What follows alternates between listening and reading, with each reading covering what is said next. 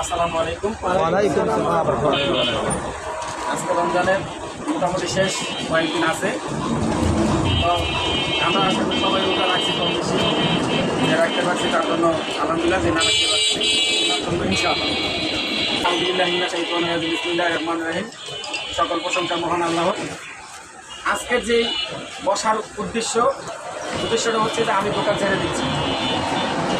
দীর্ঘ 30 বছর আপনাদের সাথে রয়েছি, আমি একসাথে দোকান করছি। হয়তো অনেকের সাথে চলাফেরা, ঠিক আছে, আমার ভুল ভ্রান্তি হইতে পারে, আমার ভুলেও কোনো, ঠিক আছে, ভুল করেও ফেলাইতে পারি, তার জন্য আমি সবার কাছে ক্ষমা চাই।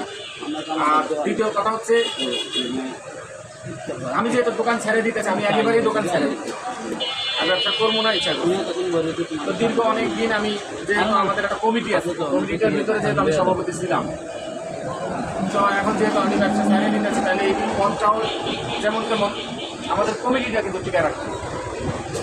এবং আমি সবার উদ্দেশ্যে বলতে চাই যে আমি না থাকলেও যেমন এতটা বছর আমি কমিটিটা টিকে রাখছি, এইভাবেও, ঠিক আছে, যেমনি হোক বাইন্দা রাখছি আর গুছা রাখছি, কাগজপত্র যেমনি সেমনি হোক, কষ্ট করে হলো, আমি একা মানুষ, তারপরেও কিন্তু আমি কমিটিটা চালায় রাখছি কষ্ট করে। আমার নানান ব্যস্ততা থাকার পরেও কিন্তু আমি কাজ করি। এখন কথা হলো যে আমি সরে যাওয়ার পরে যেন এই জিনিসটা যেন নষ্ট যেন না হয়। তাই আপনাদের কাছে আমার অনুরোধ যে আমি না থাকার অবস্থায় যেন এই কমিটিটা টিকে থাকে, এবং কি সবাই মিলে আপনারা একটা সমিতি করবেন। আপনাদের কাছে আমার আরেকটা অনুরোধ যে সবাই মিলে একটা সমিতি করবেন। সেই সমিতিটা হয়তো সাপ্তাহিক হোক, দিন হোক, মাসে হোক, ঠিক আছে, একটা অ্যামাউন্ট করেন। এই অ্যামাউন্টটা কইরা যেন 1 বছর শেষে এই টাকাটা দিয়া, আপনাদের ওই ফান্ডের দরকার নেই।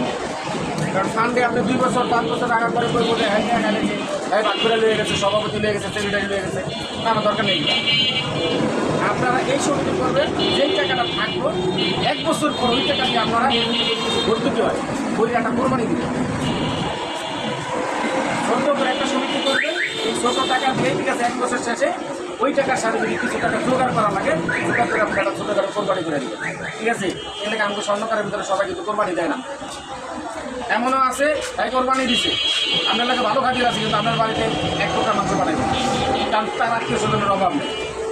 তাহলে সেই হিসাবে আপনার কাছে আমাদের দুটো আবদার, এক হচ্ছে আপনারা কমিটিটা টিকে রাখবেন, দ্বিতীয় কথা হচ্ছে এক হচ্ছে যে আপনারা কমিটিটা টিকে রাখবেন, দ্বিতীয় কথা হচ্ছে যে আপনারা ছোটো একটা সমিতি করবেন, যে সমিতির মাধ্যমে আমাদের কমিটিটা টিকে থাকবে। কারণ আপনারা আমার কথার সাথে, ঠিক আছে, একমত আছেন কিনা? আপনারা ইনশাআল্লাহ ইনশাআল্লাহ কমিটিটা টিকে রাখবেন তো? ইনশাআল্লাহ। সমিতিটা করবেন কি? আমি কি খারাপ প্রস্তাব দিচ্ছি? আমাদের সরকারের ভিতরে আসলে